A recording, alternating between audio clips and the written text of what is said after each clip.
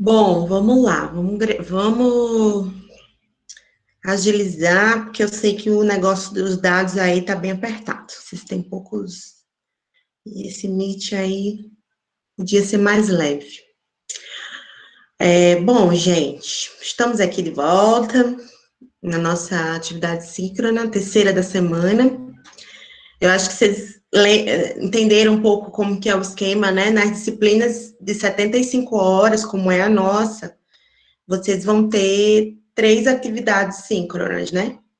Eu acho que de 75 horas vocês têm essa e deve ter a de FHTM, né? Nas outras disciplinas, vocês vão ter 2 atividades síncronas, né?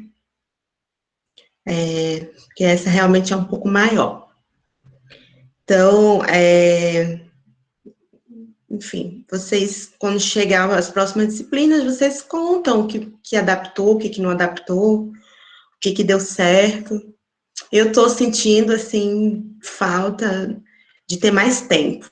Tô achando, não gosto de se sentir muito pressionada com o tempo, e eu tô achando que a gente tem pouco tempo para muito conteúdo, e enfim, tá me incomodando um pouco, mas vamos tentar terminar.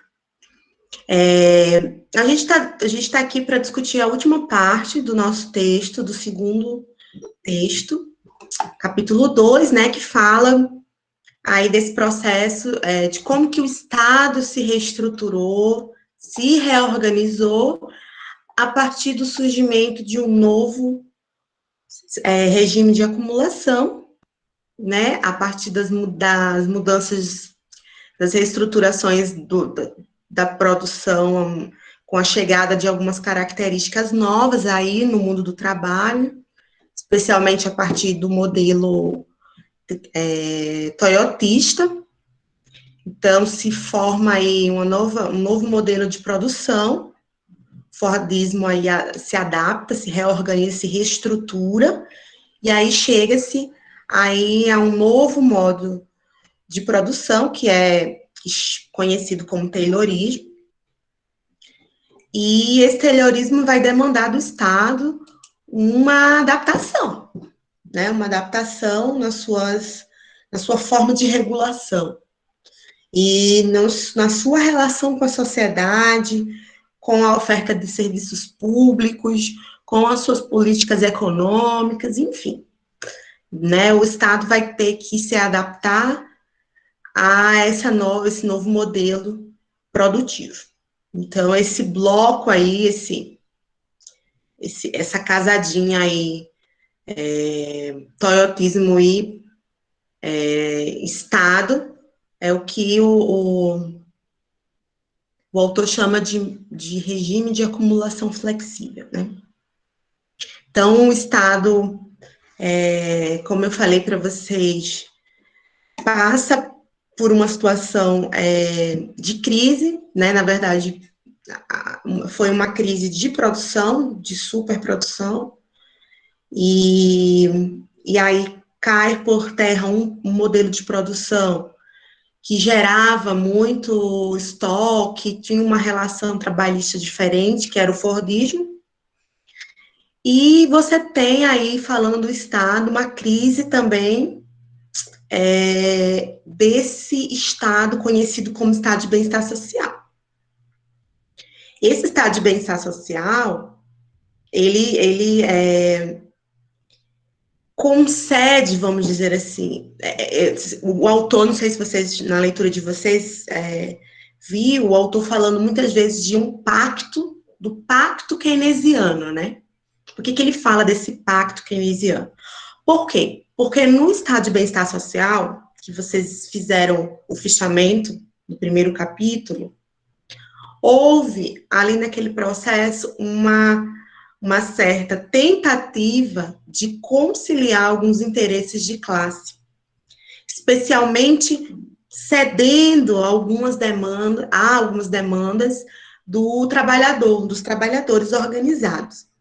Então, você teve ali um Estado que estava investindo no sistema produtivo, intervindo o tempo inteiro na economia, abrindo estrada, criando rodovia, o Estado ali criando indústrias de base para melhorar a industrialização.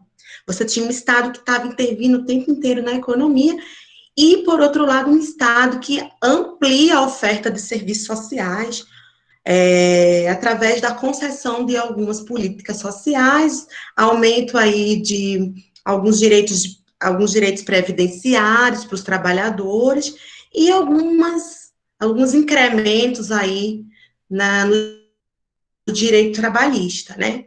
Então, o keynesianismo representou uma espécie de pacto nesse sentido, de conciliar um pouco alguns interesses de classe, dar a ideia de que os trabalhadores estavam sendo ali atendidos nas suas demandas, pelo menos algumas demandas pontuais, né, a concessão de alguns benefícios para os trabalhadores.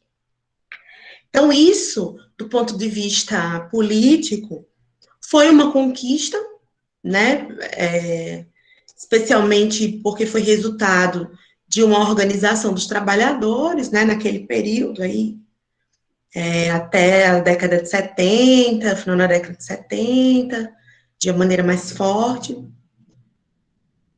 Mas, por outro lado, esse modelo keynesiano, né, esse pacto, gerou algumas questões e mudou um pouco a dinâmica da luta de classe. Então, é sobre essa parte que eu vou falar na aula de hoje, que a gente não teve como falar na aula passada, né? Porque você tinha ali um modelo de Estado que concedeu alguns direitos trabalhistas, isso é bom, por um lado, mas, por outro, essa diminuição dos conflitos de classe gerou a ideia de que você tinha ali a possibilidade de ter um capitalismo mais humanizado, vamos dizer assim. Então, gerou nas pessoas, nos grupos, nas organizações de classe, uma ideia de que era possível conciliar interesses. Então, o autor do nosso texto chama muita atenção para o fato de que esse estado de bem-estar social, né, até coloquei nos slides, deixa eu aceitar aqui, o autor chama atenção para essa ideia de que esse estado de bem-estar social gerou nos trabalhadores uma ideia de que era possível, dentro do sistema capitalista, conciliar alguns interesses de classe. Gerou a ideia de que era possível, mesmo dentro desse sistema capitalista, ter um certo nível de bem-estar para o trabalhador. Então, os direitos foram importantes, no sentido da conquista e na diminuição, né, da exploração do trabalho, né, os direitos trabalhistas gerados no período, nesse momento do estado de bem-estar social, também a oferta de alguns serviços públicos como serviços de saúde e educação, mas, em termos de luta de classe, o autor vai falar na última parte de alguns impactos que não foram tão positivos assim, desse estado, dessa concessão de direitos no período do estado de bem-estar social. Então, isso gerou algumas sequelas aí para a luta dos trabalhadores. É sobre isso que a gente vai falar. Eu vou colocar aqui no slide que eu aprendi, finalmente. Então, o que o autor vai defender? Que houve aí uma certa estagnação da luta dos trabalhadores nesse período.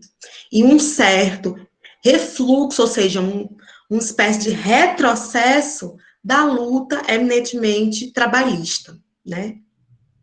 Vou colocar aqui.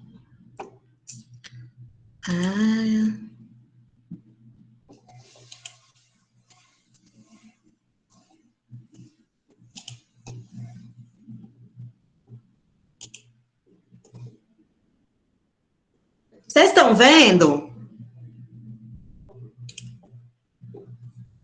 Vocês estão vendo? Vocês estão vendo? Tá. É que eu não consigo ver as duas telas. Embora eu também preciso aprender como é que vê as duas telas. Tarará. Ai, quem que tá falando? Peraí. Ok. Não é ninguém. Eu vou... Peraí, deixa eu aceitar aqui a Gisela.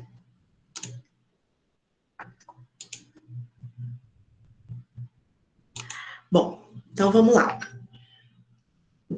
Então você tem o que eu quero tirar a nossa tarde hoje para discutir foi uma questão que eu não tinha colocado na última aula, que não deu tempo, mas é para falar um pouco de como que se deu a própria luta de classe, como que se caracterizou, né, qual foi o impacto dessa adaptação, desse novo formato de Estado, dessas políticas aí que caracterizaram o Estado neoliberal, né, de uma maneira geral. Então, esse processo de adaptação do Estado neoliberal, como que ele impacta na luta dos trabalhadores. Então, essa reforma do Estado, né, a grande questão é, qual é o impacto da crise, desses processos de crise? Primeiro é que, como eu falei na aula passada, os períodos de crise diz respeito a uma crise pontual de um determinado modelo de produção, de um determinado conjunto de práticas de Estado. Esses momentos pontuais de crise, como a passagem do estado de bem-estar social para o neoliberalismo, não significa uma crise estrutural do sistema capitalista, como a gente viu na aula passada.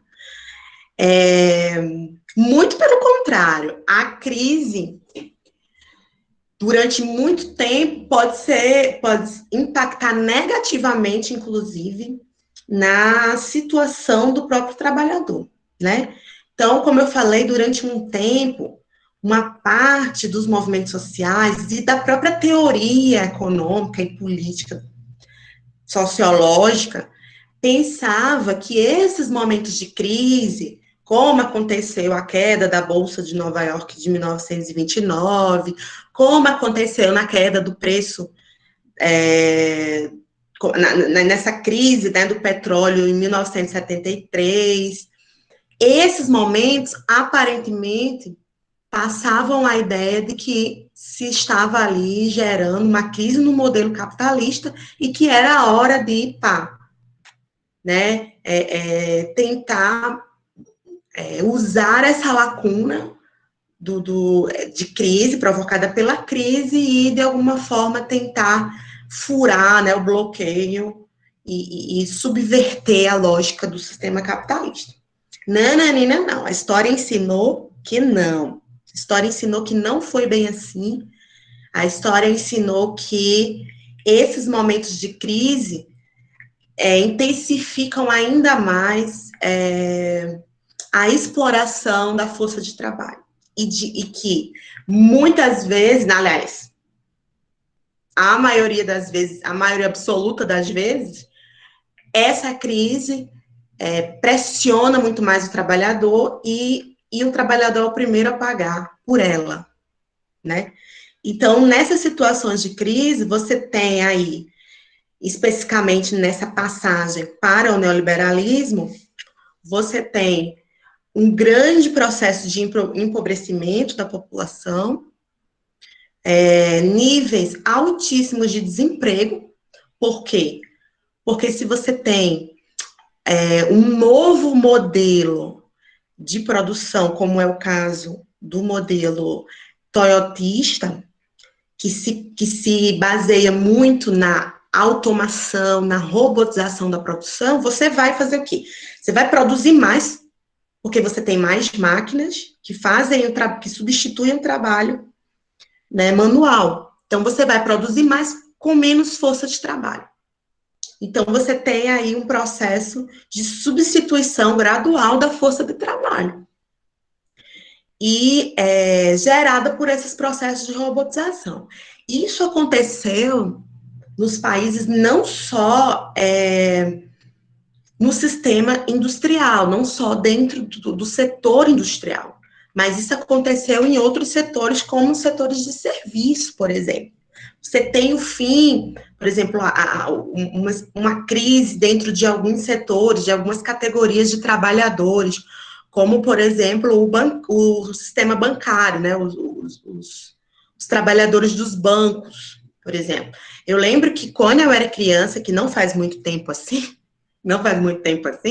eu ia com a minha mãe receber o salário dela, e a gente sempre ia para a boca do caixa, não tinha a figura aí de quando eu era criança do caixa eletrônico. Você tinha ali uma fila dentro do banco para receber o seu salário. Isso mudou completamente com esse processo de automação dos bancos, e aí você tem aí um desemprego em massa dentro do setor bancário, porque a máquina, né, o autoatendimento, consegue aí substituir o trabalho manual do banqueiro, né, do bancário, da pessoa que trabalha, do trabalhador desse setor, por exemplo.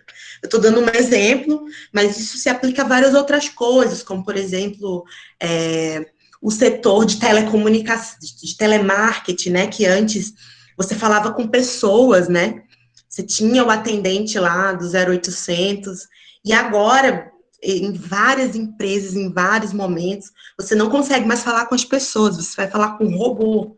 E aí, para você conseguir falar com alguém, né, às vezes você fica falando, aperte 1 se você precisar disso, aperte 2 se precisar disso, aperte 3 se precisar disso. E as pessoas, e chega no 20, e eles não falaram qual é o seu problema, você não se identifica qual é o número que você tem que apertar. E quando você identifica, você não consegue falar com as pessoas, né? Aí, fale agora o número do seu CPF, aí você fica, falando com o próprio telefone, né? Uma coisa meio esquizofrênica, né? Então, você tem aí a substituição da força de trabalho manual, humana, pela força de trabalho robotizada e automatizada. Então, você tem aí a crise em vários setores e o desemprego muito grande em vários setores, não só da indústria, como o setor de serviços, né? Fora outros setores aí, estou dando um exemplo dos bancos, estou dando um exemplo do telemarketing, que você não fala mais com gente, mas isso aí pode ser aplicado a vários setores, né? Não tem, por exemplo, sumiu a figura do cobrador de ônibus, né? Pelo menos em várias cidades do país, tem a máquina que você coloca o seu cartão, não tem mais a figura desse trabalhador. Isso, a gente está falando do setor de serviço, mas na indústria isso foi muito mais dramático, né? Essa substituição da mão de obra. Então, a crise do modelo fordista e a passagem para o modelo toyotista gerou aí muito desemprego por causa desse incremento da robotização e da automação da produção. Interessante que esse incremento produz mais com menos trabalhadores, mas os preços, né, das coisas tenderam a se manter. Ou seja, se os preços se mantiveram, o lucro aumentou, né? Peraí, deixa eu aceitar aqui. Um minutinho, tem gente pedindo para entrar, um minutinho. Tá.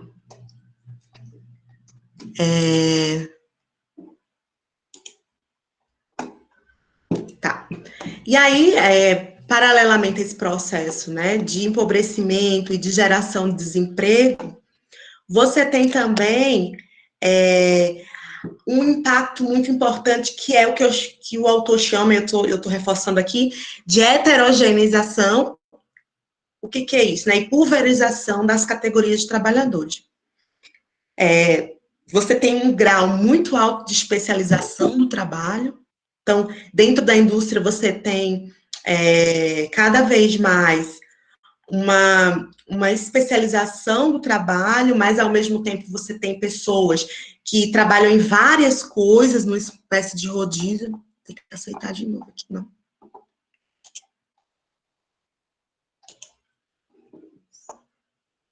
E aí você fica... você tem aí uma pulverização do trabalho. Ai, cadê?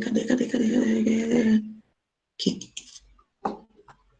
Ao mesmo tempo, como você tem um processo de internacionalização da produção, ou seja, com a abertura de empresas que tem aí uma característica de estar espalhada, a produção se espalha pelo mundo afora, né? Então você tem aí, sei lá, fábricas da Nike, e aí você tem um país que produz cadastro, outro país produz sola, outro país produz o símbolo, o outro país pinta, o outro país inventa o design, ou seja, você divide, há uma divisão internacional aí do trabalho dentro das empresas.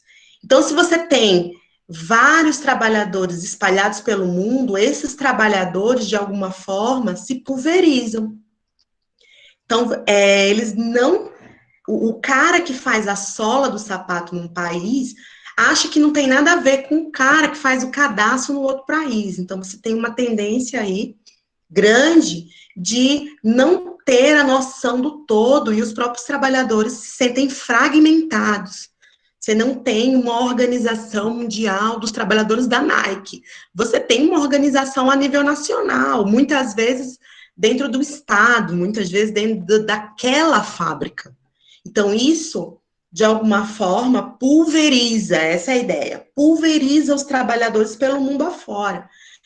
E essas especializações do trabalho, muitas vezes, faz com que eles se desmobilizem enquanto categoria, né? Há um processo também que é resultante, principalmente dos processos de privatização, é o que eu coloquei aqui de programas de demissão voluntária, né? O que é isso?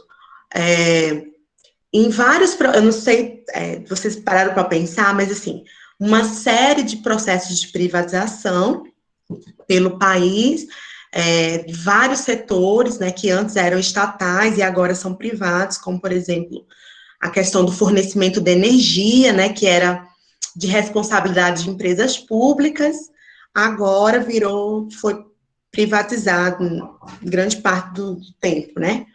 E você tinha também outros setores, como as telecomunicações, empresas de minério, hidrelétricas, né? Você tem um amplo processo de privatização, não só na América Latina, no mundo inteiro, onde o neoliberalismo entrou, privatizou. E aí, quando o autor fala de programas de demissão voluntária, é quando você privatiza uma empresa. Antes de você privatizar a empresa, você vai falar com os trabalhadores dessa empresa, vai dizer assim, ó, beleza, você fez concurso público, você era funcionário público até agora. Só que é o seguinte, amigo, a sua empresa foi privatizada, você não é mais funcionário público, pelo menos não vai ser. E aí, vai querer ficar ou vai querer vazar? Se você quiser vazar, melhor. Não se preocupe, nós vamos criar um programa de demissão. Você se demite, mas não vai sair de mão abanando. Aí coloca um bolo de dinheiro na mão do trabalhador, aqui, ó, 50 mil reais para você pedir demissão. Quer? Mas veja, você não vai ser mais funcionário público, você vai ser funcionário privado se conseguir emprego em outro lugar. E aí, tá, eu quero. Aí o cara enche o olho, compra uma casinha e depois fica desempregado, né? Então, no Brasil, isso foi muito forte. Assim, se criou um monte de programas de demissão voluntária nessas empresas que foram privatizadas, né? Imagina, né? Quando fala em privatização das universidades públicas, é um pouco o que vai acontecer com o professor. Pode acontecer. Se existir prerrogativa legal para isso, o processo de privatização for realmente legalizado das universidades, vai acontecer isso com o professor também. Diz, ó, meu filho, você não vai ser mais funcionário público, não vai ser servidor público. E aí, cria um programa de demissão voluntária. Inclusive, teve um programa tem alguns programas de demissão voluntária de algumas empresas que estão sendo investigadas, vamos dizer assim, para serem privatizadas. Estão se preparando aí, no caso dos Correios, por exemplo, um grande programa de demissão voluntária, porque provavelmente vai ser a bola da vez para o processo de privatização, né? Salve-se quem puder. Então, esses programas fazem parte, né, da diminuição. Alguém quer falar? Estou sentindo. Alguém quer falar? Ruth, você quer falar? Você está com o microfone ligado. Não, né? Posso voltar. Ruth, fecha teu microfone, porque eu estou sentindo a tua respiração. Tu faz assim, e eu consigo te ouvir. Tá fogo, minha audição. Então, voltando, né? Vai. Você tem aí programas de demissão voluntária e espécie mesmo de resultado do processo de privatização. Além disso, você tem também os processos de terceirização, especialmente, assim, muito fortemente dentro da própria máquina pública. Esses processos de terceirização foram muito, muito importantes, né? E para essa meta neoliberal de se enxugar aí a máquina do Estado e assim diminuir o gasto público, aumentar o que a gente falou na aula passada, de superávit primário, né? A história do cartão de crédito lá que eu contei da minha. Né? O Estado agora vai gastar menos e vai conseguir ter sobra para pagar, honrar os seus compromissos com os organismos internacionais. Na época, década de 80 e 90, FMI, BIRD, enfim. Esse processo de terceirização foi fundamental para isso, para enxugar a máquina do Estado sem privatizar. Vou dar um exemplo. Hoje você tem as pessoas, os trabalhadores, vou pegar o exemplo do ICSIS lá, no nosso saudoso ICSIS, né? Saudades, né? Você tem lá o pessoal da limpeza, você tem o pessoal da portaria, você tem o pessoal que trabalha com serviços gerais, em alguns momentos. Agora não tem mais dinheiro para pagar o segurança, né? Aqueles senhores eles são porteiros, não são segurança, na UFAM não tem segurança, isso é um problema, que parece que está procurando solucionar, mas enfim, esses trabalhadores que vestem lá a farda como que é o nome da empresa? Eu não lembro, antes era Rudari, agora eu não lembro qual é. Deixa eu aceitar aqui a Tainá. Você tem esses trabalhadores terceirizados, né? Isso aconteceu na década de 90. Antigamente, gente, existiam grandes concursos públicos dentro das universidades. As universidades federais abriam vagas para motorista, abria vaga para auxiliar geral, serviços gerais, abria vaga para porteiro, abria vaga para segurança. Todas as empresas públicas tinham vagas para todos os tipos de serviço, né? Isso aconteceu não só nas universidades federais, em todos os órgãos federais e alguns estaduais e até municipais. Então, você tinha concurso para tudo, merendeira, faxineira, tudo. O que o Estado fez, especialmente a partir da década de 90? Extinguir os cargos, não tem mais cargos que não seja professor e técnico administrativo. E aí eles vão ali especializar os cargos de técnico administrativo e professor. Todos os outros cargos foram extintos na década de 90. E aí você tem, o que acontece? A universidade vai contratar uma empresa que vai oferecer os serviços de limpeza, de cuidado com o patrimônio, de segurança, enfim. Então, o que acontece? Esse processo é chamado de terceirização. Então, ao invés do Estado criar empregos públicos, ele abre uma licitação, contrata uma empresa privada, na hora que quiser demite, e a empresa privada é que vai oferecer esses serviços de trabalhadores temporários. Né? Então, você enxuga a máquina e gasta menos, porque você paga um valor para essa empresa e a empresa vai pagar para o trabalhador. Né? Algumas empresas nem pagam, como é o caso do Ixis, que os nossos trabalhadores lá terceirizados estão há alguns meses sem receber, né? Soube disso recentemente, não sabia. E isso não é a primeira vez que acontece, né? E essas pessoas ficam ali, não são, apesar de estarem servindo dentro de uma instituição pública, dentro de uma instituição estatal, não são trabalhadores não são funcionários públicos, embora tenha uma importância significativa dentro da universidade, sem o serviço de limpeza e de segurança. A universidade não funciona, né, um serviço fundamental, inclusive em outras universidades contratam até técnicos de laboratório, outros contratam serviços mais especializados, como agentes administrativos. Então, você teve esse processo de terceirização que extinguiu cargos, enxugou a máquina pública e aí criou uma categoria de trabalhadores, os terceirizados, né, que vivem em uma situação extremamente precária de trabalho.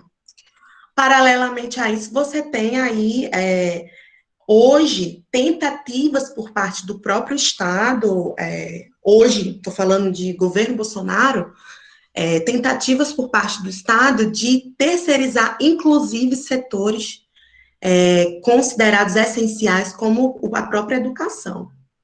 Então, hoje existem diversas tentativas por parte do ministro da Economia, né, o Paulo Guedes, de criar essa categoria de professor terceirizado, de técnico terceirizado.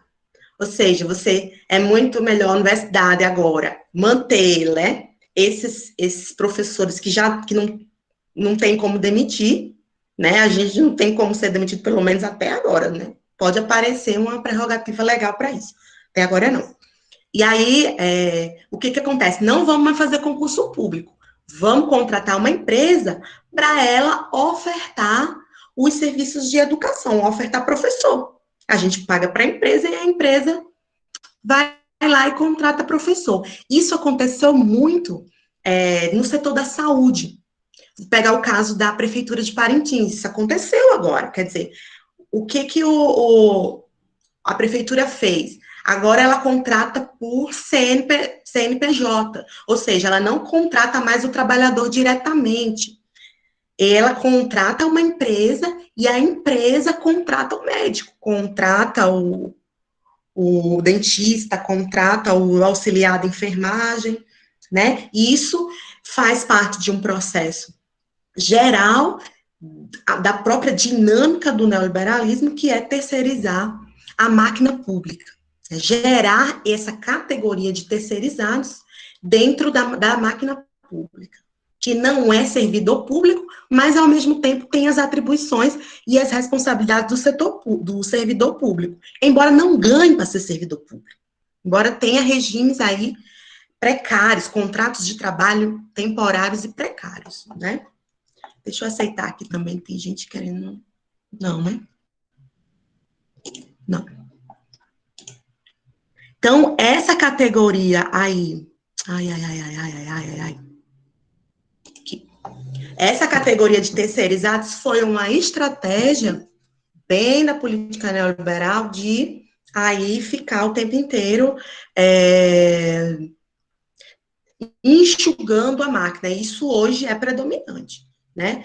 E se esse governo se prorrogar, se continuar, essa terceirização vai migrar para setores que até então a lei impede de ter serviços terceirizados, né? Existe uma legislação que não tem nenhum ano que acabou por legalizar a terceirização dentro de serviços essenciais. Essa PEC, ela está ali sendo analisada, mas ela pode entrar em vigor a qualquer momento. E aí, se legalizando isso, e aí falo de um exemplo específico, que é o caso das universidades, você tem aí a extinção dos concursos públicos e agora apenas as licitações e a contratação de empresas que vão contratar professores aí com esses contratos temporários de trabalho. Então, isso é uma prática extremamente corriqueira dessa reestruturação do Estado nos moldes desse modelo neoliberal. E aí você tem, né? Ai, desculpa, gente. Você tem aí a precarização dos contratos de trabalho, né? Como decorrência disso. Você tem grandes reformas na Seguridade Social. Então, como você diminui as... Professora, com licença, tem gente querendo entrar. Oi. Então, eu acabei de ver... Isabelle, né? Pronto. Acho que só. Não. Vamos voltar. Tá. Então, essas reformas de Seguridade Social são tentativas, né, de estar ali mexendo em alguns direitos que tinham sido conquistados nas décadas anteriores, dentro desse modelo de Estado que a gente chama de bem-estar social, e que vem se intensificando nesses últimos anos, se a gente pegar o caso do Brasil, com a reforma aí, previdenciária. Na verdade, eu não chamo de reforma previdenciária, eu chamo que foi um processo de capitalização da Previdência, quer dizer, não acho que foi uma reforma da Previdência, foi o fim da Previdência Pública e a migração aí para um novo modelo de Previdência, agora privado. Eu entendo assim. Reforma é eufemismo. E aí você tem, além disso, como medida que vai impactar o trabalhador, é a precarização dos serviços sociais. Então, hoje antes o trabalhador tinha um salário, e aí ele não destinava uma parte do seu salário, por exemplo, para pagar a escola, para pagar plano de saúde, não, o seu salário era direcionado às suas necessidades básicas, mas o Estado oferecia serviços aí de educação, de saúde. Com a migração para esse novo modelo de Estado, a precarização dos serviços sociais, claro, impacta diretamente na vida do trabalhador, que tem o seu poder aquisitivo diminuído em função dos custos de manter serviços como educação, saúde privadas, né? E isso vai onerar o seu salário e sobra muito pouco, né? Para tudo que a gente precisa enquanto trabalhador. Tem gente aí, eu vi um barulho. Não. Eu vou deixar assim, tá, gente? Tá muito pequena assim, se eu deixar assim? Vocês estão acompanhando aí com o de vocês, né? Posso? Posso? Assim, ó. Posso. Eu vou entender que pode. Ai, toda hora fica entrando gente. Então você tem aí o impacto direto, você tem aí o impacto direto dentro a precarização do serviço social não é um ataque direto ao trabalhador, mas repercute no próprio poder aquisitivo do trabalhador, obviamente, né? Então, todo esse processo aí neoliberal vai impactar diretamente a vida dos trabalhadores. Como isso vai impactar nesse processo de organização dos trabalhadores, né? Isso é importante. Como que impacta esse processo de organização? Que é o próximo item. E aí eu perguntei assim. E aí a minha pergunta é a seguinte: no neoliberalismo, é verdade que existe um recuo da luta de classe? A gente pode dizer que no neoliberalismo existe, eu sempre esqueço onde é, um recuo da luta de classe? Em partes. Não necessariamente um recuo da luta de classe. Um recuo da luta de classe, mas não um recuo dos conflitos, das contradições de classe, né? As contradições estão postas, mas a luta de classe se modifica, sim.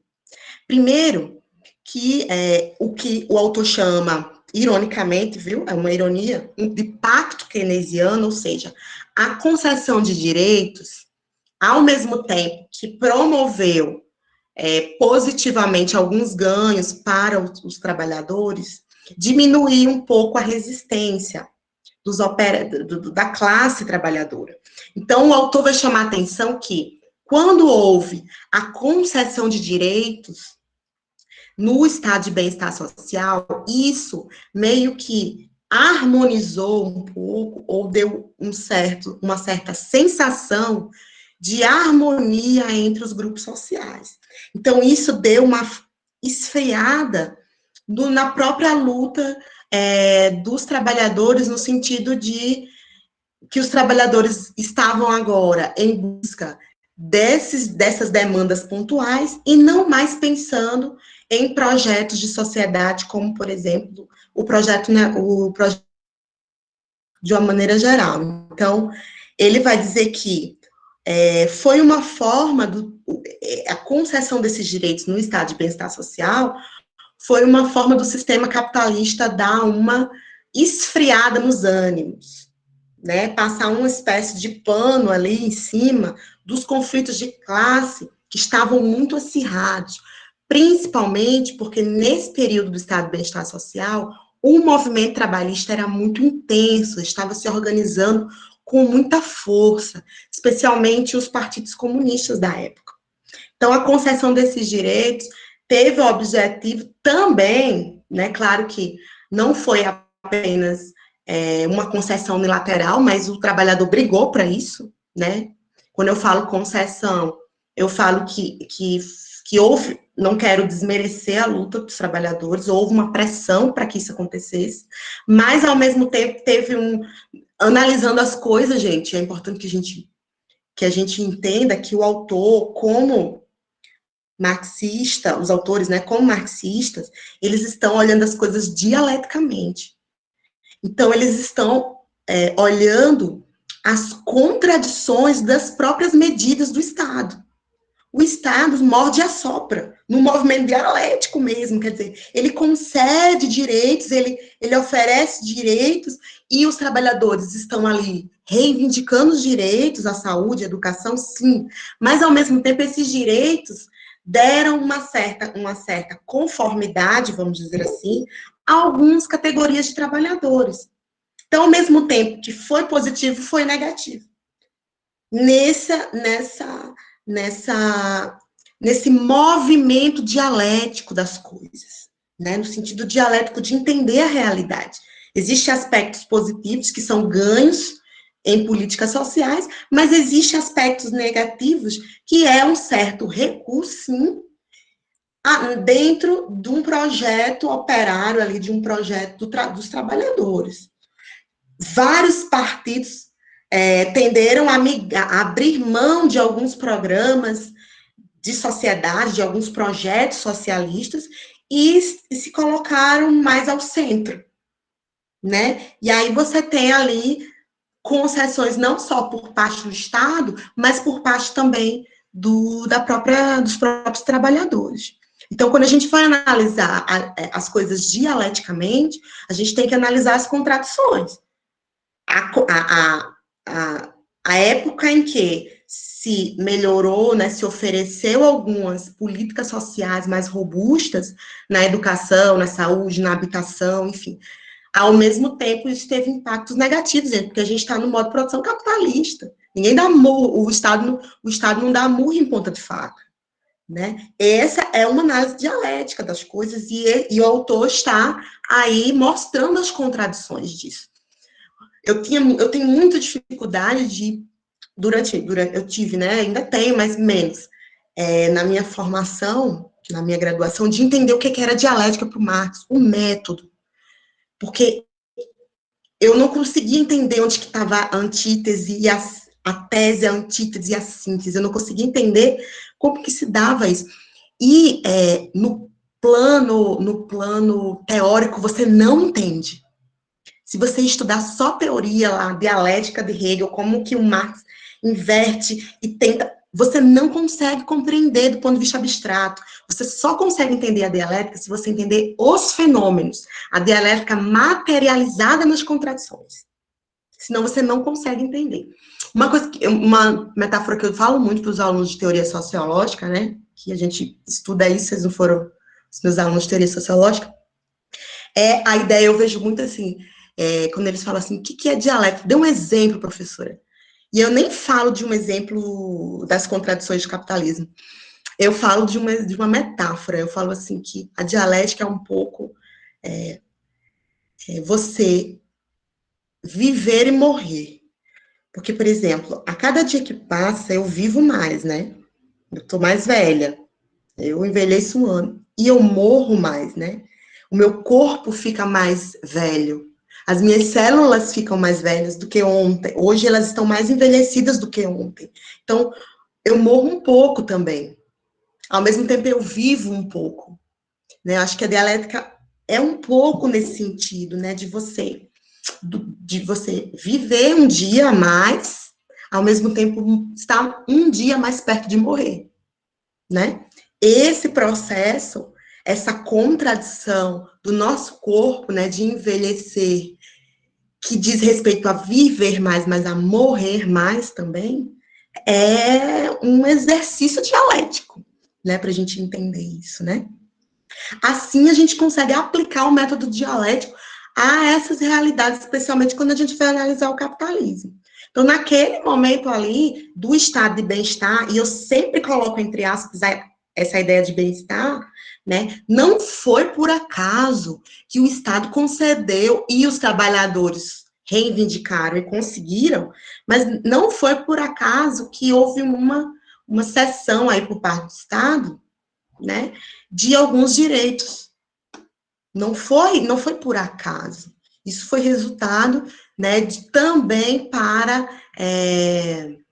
diminuir, frear um pouco os conflitos de classe que estavam muito intensos. Essa ideia, esse estado de bem-estar social, provocou nos trabalhadores uma certa ideia de que era possível se manter dentro do sistema capitalista apenas tentando minimizar os efeitos perversos do sistema. Então, isso provocou um certo freio, né, nessa luta dos trabalhadores, e aí se pensa assim, bom, é possível humanizar o capitalismo? Sim. Alguns partidos acreditaram que sim. E aí, muitos, de alguma forma, abandonaram os seus projetos societários macro, né, socialistas, comunistas, e foram ali migrando para o centro, para a centro-esquerda, e uns avançaram mais e se tornaram direita. Não sei se vocês percebem, deixa eu ver se tem gente pedindo para entrar. Tem, Camila. Ai, Camila, desculpa, eu não te vi aí. Eu tô numa outra tela. Peraí. Eu não sei se vocês percebem, se vocês forem pegar as siglas dos partidos, vamos pegar assim, PSB, Partido Socialista Brasileiro. Partido Socialista Brasileiro, PSD. PSDB, sabe? Sempre tem um socialismozinho aí na sigla, né? Da onde vem isso? Do início. Do início. E de como... Aí a gente vê, mas o que esse partido tem de socialista? Né? tem a ver muito com o abandono durante um tempo, com o passar do tempo, dessa identidade de defesa mesmo, dessa agenda socialista, né? E aí você tem aí uma espécie de abandono, né, desses projetos de mudança macro, e há uma tendência de partidos, sindicatos, movimento de trabalhadores migrar para o centro, né? Dizer, não, vamos agora pensar aí numa terceira via, né? Numa via aí social-democrata de centro, né? Vamos, não, já que não é possível sair desse modelo capitalista, vamos pensar aqui num capitalismo humanizado que provoque menos efeitos perversos possíveis, né? É um pouco isso. Então, você tem esse pacto keynesiano, diminuiu resistências operárias através da incorporação de demandas, e aí eu coloquei, né, induzindo os trabalhadores a acharem que o sistema capitalista é capaz de gerar bem-estar. Tipo, programa de saúde. E aí, existe também um discurso sobre a crise, que também foi muito utilizado, né? Você tem uma cultura da crise, ou seja, os trabalhadores estão pedindo, estão reivindicando direitos no momento de crise, aí vai o governante, né, para a televisão e diz assim, bom, estamos em crise, não temos dinheiro. Vocês estão vendo a crise aí, instaurada. O Estado está quebrado, não temos recurso nenhum. Isso vai desqualificando a luta dos trabalhadores, né? Esse discurso da crise é estratégico também, né? A crise enquanto ideologia, a crise enquanto discurso também. Vocês vão ver depois, que eu não sei quando vai acabar, mas tem em algum momento vai ter um depois. Depois da pandemia e de tudo que aconteceu com a nossa vida, como que esse discurso da crise gerada pela pandemia vai servir de argumentação para o corte de direitos trabalhistas e de direitos sociais de uma maneira geral. Vocês vão ver, vão lembrar da tia, quando tomar aí para a mídia, para os próximos governos, esse discurso da crise. Não, foi a crise. Até hoje, para justificar, né, alguns cortes, o governo já se utiliza dessa ideia de crise, temos que cortar. Ah, vocês querem auxílio emergencial, então a gente vai ter que congelar o salário dos servidores públicos por 30 anos. 10? Vários anos, né? Depende do qual é a categoria de servidor público. Mas você tem um congelamento dos salários. Então, você tem aí a crise enquanto discurso ideológico, também utilizado pelo Estado. Então, isso também naquela época do neoliberalismo serviu. Por quê? Porque o Estado keynesiano, o Estado de bem-estar social, foi visto como muito oneroso, como um Estado que tinha muitos gastos e também tributava muito, cobrava muito imposto. Então, eles diminuíram os impostos, mas, ao mesmo tempo, diminuíram, claro, os gastos. E aí, se usou muito, né, essa ideia de crise no corte das políticas públicas nesse período, até hoje. Né, já que a gente está falando do neoliberalismo, a gente está falando do modelo vigente e agora radicalizado, né, atualmente radicalizado. E aí você tem também, consequentemente, uma diminuição no número de greves, né? Isso atualmente é muito forte, né, em termos de desmobilização. Quando a gente fala, eu vou colocar um pouco um exemplo das universidades, né, que é mais próximo à nossa realidade. Quando a gente estava eu fiz greve e a gente teve uma grande greve em 2012. Foi uma grande greve dentro de um governo do PT.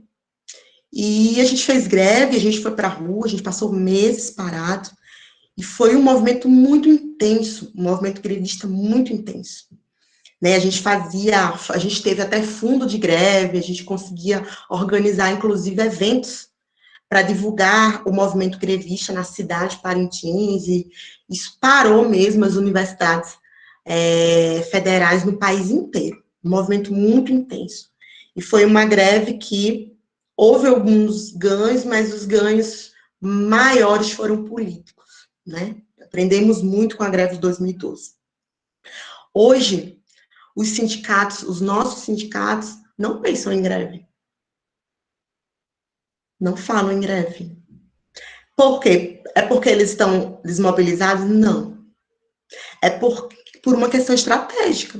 Você vai fazer greve com o governo, qual é o nível de diálogo que você tem com o governo? Nenhum. Hoje, os sindicatos não dialogam com o Estado. Então, por exemplo, em 2012, existiam rodadas de conversa entre o ministro da Educação e os sindicatos, os representantes das entidades sindicais. Roda de conversas. Olha, o Estado oferecia isso, os sindicatos, peraí, vou consultar minha categoria. Fazia assembleia, não, a gente não aceita, continua a greve, tchau. Na outra semana, o Estado, o MEC colocava mais um pouquinho, olha, tem isso aqui, vocês querem? Peraí, vou consultar minha categoria. E fazia assembleia, voltar, não quero.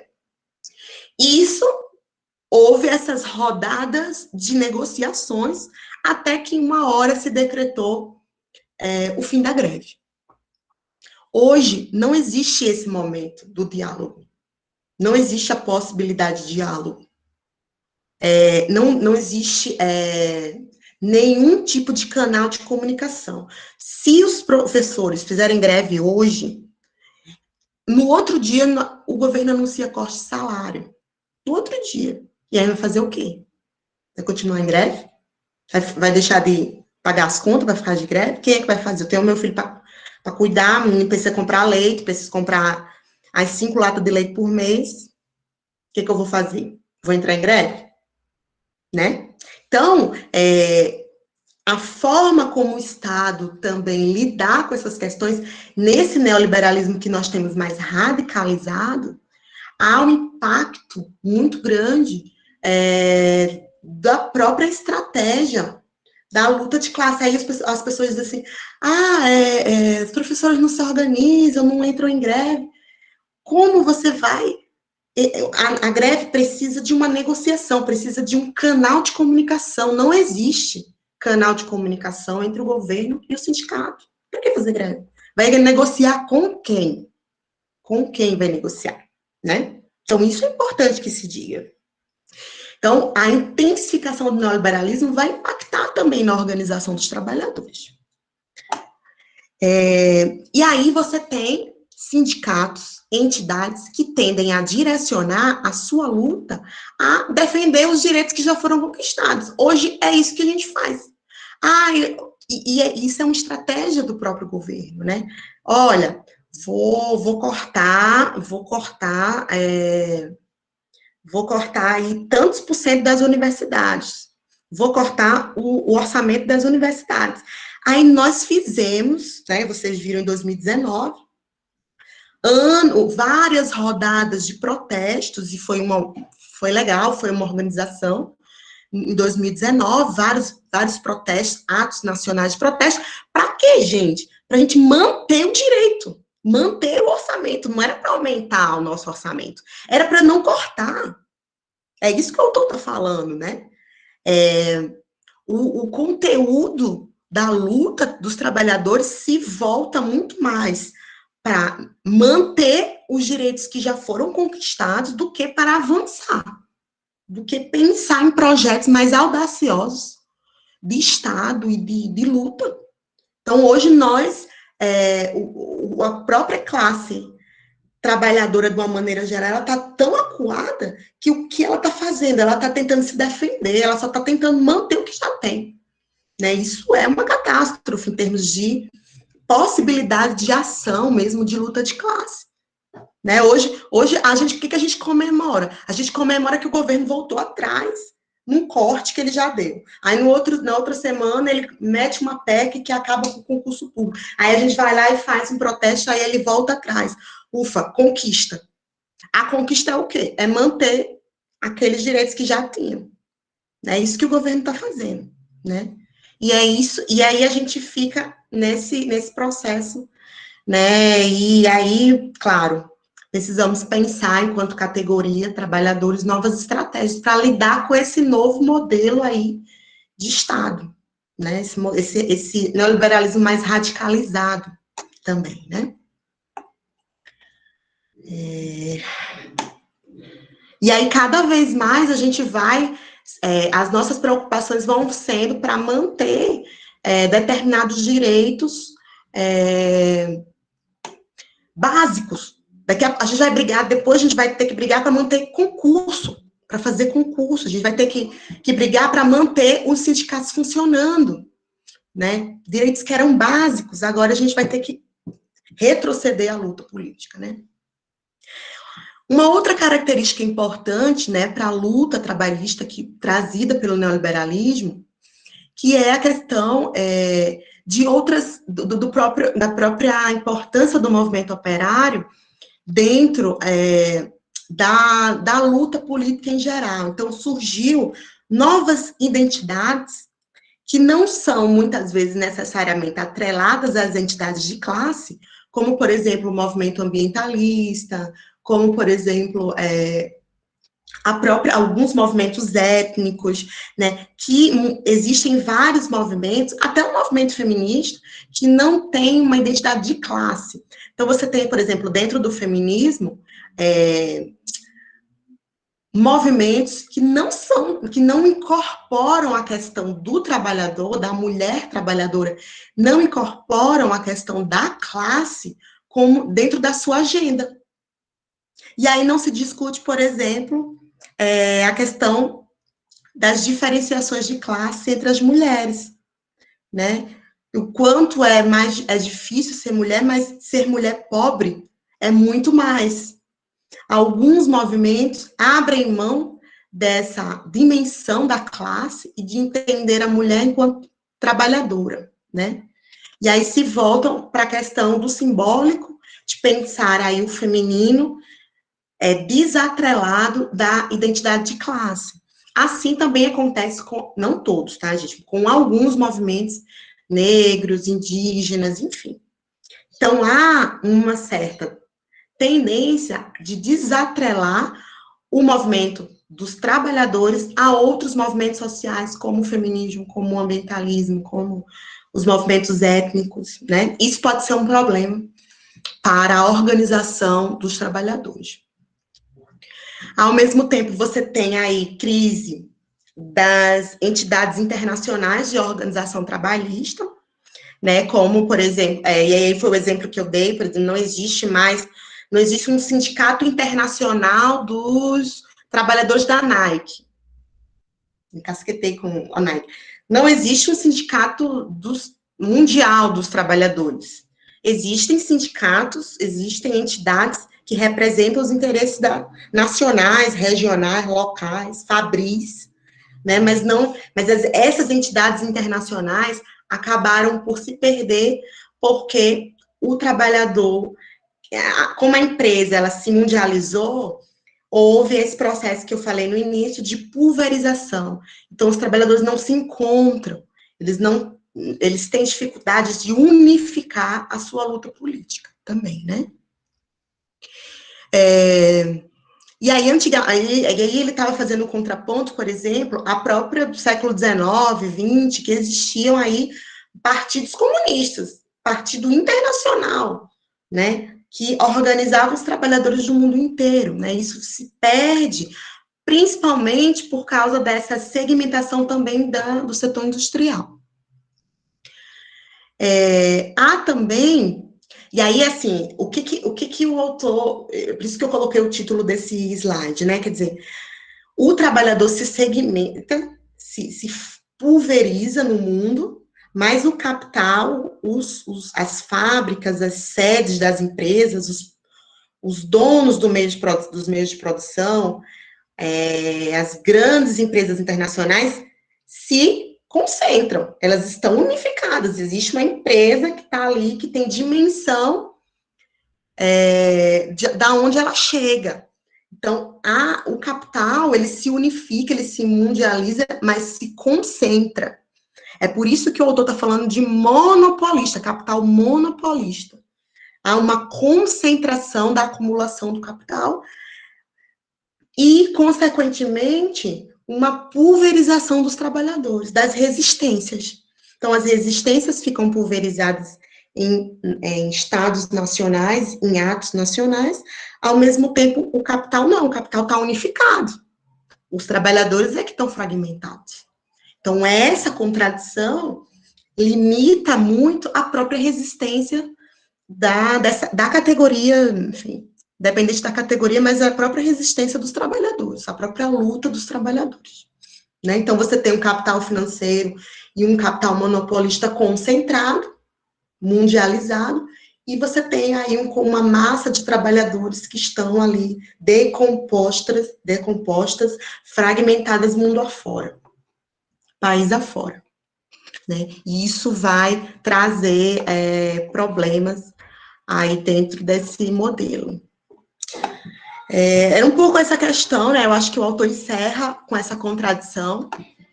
Deixa eu tirar aqui. Ele encerra um pouco o nosso capítulo com essa contradição aí muito forte. Deixa eu interromper aqui. Essa contradição muito forte, né? Da concentração da acumulação capitalista, do poder capitalista e a fragmentação da luta trabalhista, né? E aí eu queria ver de vocês aqui, por desencargo de consciência, deixa eu fechar a porta. Meu filho chegou. E aí você tem aí essa contradição que o autor fecha o capítulo com isso. Eu queria ouvir de vocês se ficou claro essa discussão, se vocês querem trazer mais algum elemento para a gente discutir, se está tudo bem, se dá um sinal de fumaça para mim aí, vocês.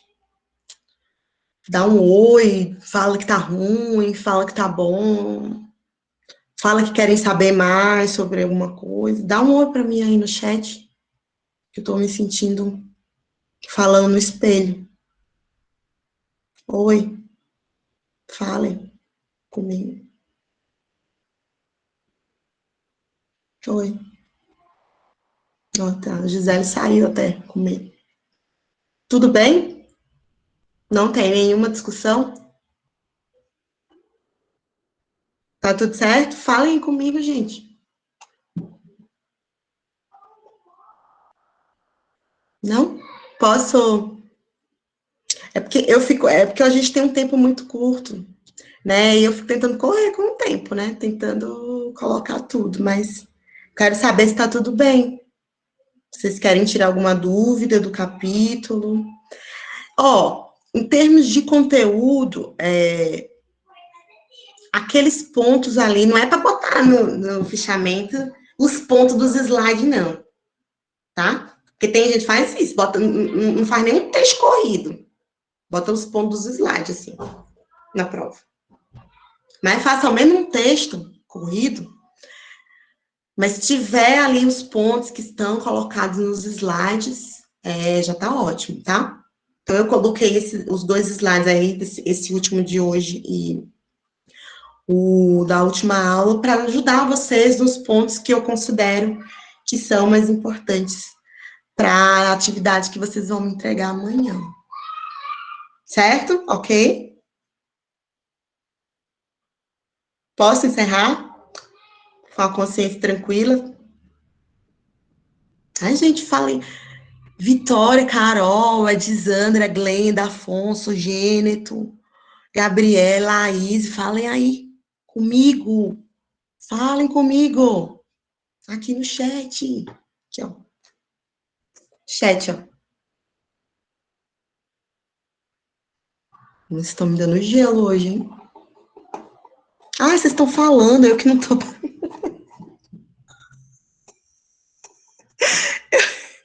eu não tava rodando o chat. Eu tava vendo, aí não tava movimentando, eu não tava vendo o que vocês estavam falando. Ai, meu Deus. É, tem uma vozinha aqui que eu... O menino chegou. É, eu não tava vendo o que vocês estavam falando, desculpa. Não tava acompanhando. Mas é isso, gente. Então a gente encerra.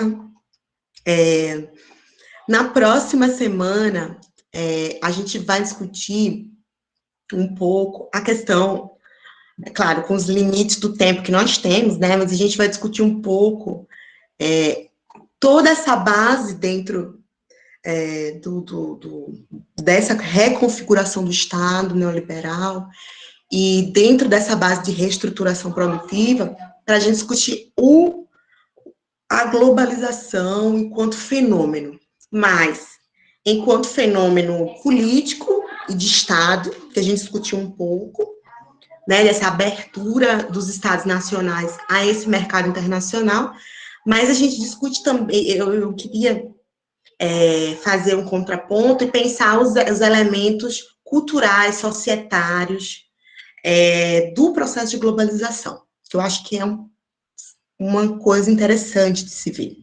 Então, a globalização como fenômeno resultante desse processo de reestruturação produtiva, mas também como um fenômeno que tem aí efeitos culturais, societários mais gerais.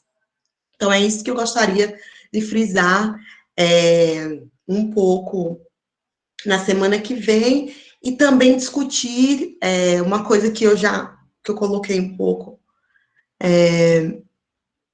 na aula de hoje, mas aprofundar a discussão sobre a questão das identidades de classe, né? Como que o movimento social vem se construindo nesse processo de globalização, os movimentos sociais, né, vem se construindo nesse processo de globalização. Então, a semana que vem, a gente vai enfatizar isso. Agora eu entendi que eu tenho que rodar aqui, ó. A Jace está falando que o filho dela está aqui, né? Ele chegou. Eu já ouço. Ele já está querendo, ele já está batendo a porta, assim, querendo entrar. Certo, gente? Então, espero amanhã o trabalho de vocês. Gente, quero enfatizar aqui que que eu estou entendendo a situação, tem muitos alunos que estão sem condição de estar aqui. Como eu já partilhei com vocês, eu fico com essa sensação de que estou deixando gente para trás, tem alguém ficando para trás nesse processo, mas eu quero dizer que a gente tem um prazo para entregar os trabalhos, mas esse prazo não impossibilita que você entregue depois. É claro que eu não vou, enfim, avaliar da mesma forma, mas eu vou receber e não vou deixar de receber nenhum trabalho por conta do prazo, tá bom? Ao mesmo tempo, se eu ver que, se eu entender que o aluno está acompanhando e não está cumprindo os prazos ou assinando as frequências porque não tem acesso, é claro que a gente vai dar uma flexibilizada, tá bom? Não se preocupe em relação a isso. Mas prazo é prazo, prazo é amanhã e aí estou à disposição para tirar qualquer dúvida se vocês quiserem. Amanhã eu vou dar plantão de atendimento, se quiserem me procurar pela manhã. Tem uns vídeos para gravar para o segundo período, mas eu estou pensando, estou abrindo aí um tempo pela manhã para atender vocês, quem quiser tirar alguma dúvida sobre o texto, tá bom? É isso. Sextou amanhã só, hoje sextou assim, sextou fazendo a ficha de leitura, né? Vamos sextar assim? Então a gente se vê na segunda. Na segunda-feira a gente se vê discutindo o texto sobre o primeiro texto lá, o 3, sobre o processo de globalização, tá? Sextou, amore. Um beijo para vocês. Eu vou tirar aqui a gravação. Laís, você tá tão calada, fale comigo, diga alguma coisa, dá um tchau.